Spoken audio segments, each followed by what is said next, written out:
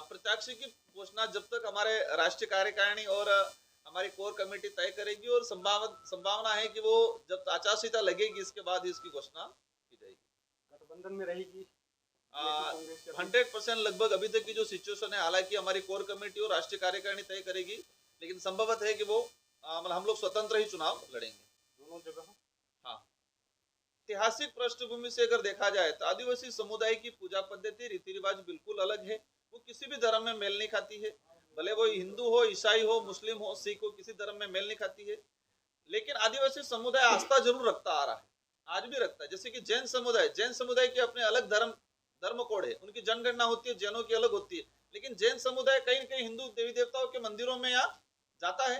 एक आस्था अलग चीज है। तो हम हमारी आइडेंटिटी जो वास्तविक ऐतिहासिक पृष्ठभूमि पे संवैधानिक दृष्टिकोण से देखा जाए तो आदिवासी हिंदू धर्म में नहीं आता है, न ईसाई आता है, न मुस्लिम। लेकिन देश लेवल पे हमने जो फेस किया कि आदिवासी समुदाय महाराष्ट्र के अंदर देखा जाए तो मुस्लिम बना हुआ है, कई जगह ईसाई बना हुआ है, कई जगह जैन भी बना हुआ है, कई जगह हिंदू भी बना हुआ है। तो उसकी वजह से आदिवासी समुदाय की जो आइडेंटिटी है वो खत्म हो रही है। तो हम लोग चाहते हैं कि सरकार आदिवासियों का अगर हित चाहती है तो सबसे पहले आदिवासियों की आइडेंटिटी का संरक्षण करने का काम करें। तो आदिवासियों का अलग से धर्म कॉलम जनगणना में जारी करे, ये लंबे समय से डिमांड चल रही है। लेकिन वर्तमान जो भाजपा की सरकार है उनको लगता है कि धर्म के नाम से सिर्फ आदिवासियों को बांध के राजनीतिक लाभ लेना है। हम किसी धर्म का विरोधी नहीं है, हम ये कह रहे हैं कि आदिवासी हिंदू है, ईसाई नहीं, इसका मतलब हम हिंदू या ईसाई के विरोधी नहीं है।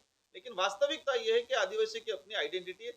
मैं उन्हीं मंत्री जी पे चला जाता हूँ, आपने याद दिला दिया, बाबूलाल जी। अगर हिंदू विवाह अधिनियम लागू होता तो बाबूलाल जी का फॉर्म पास नहीं होता, वो विधायक नहीं बन पाते। उनके नॉमिनेशन में उन्होंने लिखा है क्योंकि इनकी 2 पत्नियां हैं, और हिंदू विवाह अधिनियम में 2 पत्नियां, जो हिंदू विवाह अधिनियम जिसपे लागू होता है वो 2 पत्नियां रिकॉर्डली नहीं रख सकता है। अगर रखता है तो उस पर कानूनी कार्रवाई होती है। प्रावधान है हिंदू विवाह अधिनियम का भी प्रावधान है।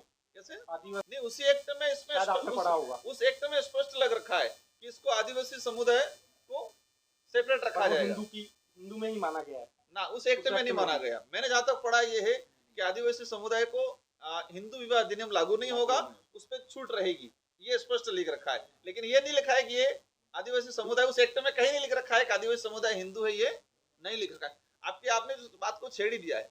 भाजपा जिस तरह से जो पाठ्यक्रम है उस पाठ्यक्रम के खंगाल के ट्राइबल से जुड़े हुए इश्यू को खत्म करने का काम कर रही है।